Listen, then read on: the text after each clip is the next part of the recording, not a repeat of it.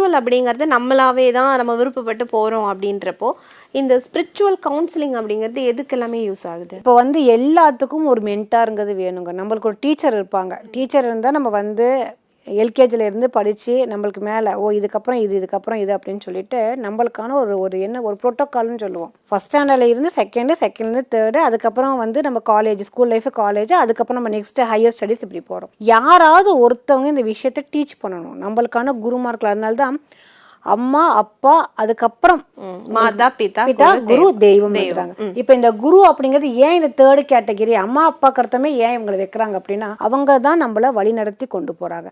அப்ப இந்த ஸ்பிரிச்சுவாலிட்டி அப்படிங்கிறது எல்லாத்துக்குள்ளேயும் இருக்கு. இப்ப வந்து ஃபர்ஸ்ட் ஸ்டாண்டர்ட் படிக்கிறீங்க அப்படின்னா எக்ஸாம் நமக்கு பதில் வந்து குரு எழுத போறாங்களா, நம்ம மேடம் டீச்சர் எழுத போறாங்களா, எழுத போறதில்ல, நம்ம தான். அப்ப நமக்குள்ள இருக்கு, நம்ம தான் வெளிக்கொண்டு வரணும். இப்போ இதே மாதிரி தான் ஸ்பிரிச்சுவாலிட்டி அப்படிங்கிறது இறைத்தன்மை எல்லாத்துக்குள்ளேயும் இருக்கு. நீங்க தெரிஞ்சுக்கோங்க, நீங்க உணர்ந்துங்க, இதுதான் விஷயம் அப்படின்னு சொல்றதுக்காக இப்ப நம்ம கிட்ட வராங்க. எந்த ஸ்கூலுக்கு போனாலுமே ஸ்பிரிச்சுவாலிட்டிக்கு அப்படின்னு சொல்லிட்டு ஒரு தனியோ கோர்ஸோ கிளாஸோ கிடையாது, ஒரு சப்ஜெக்டோ இல்லை உங்களுக்கு.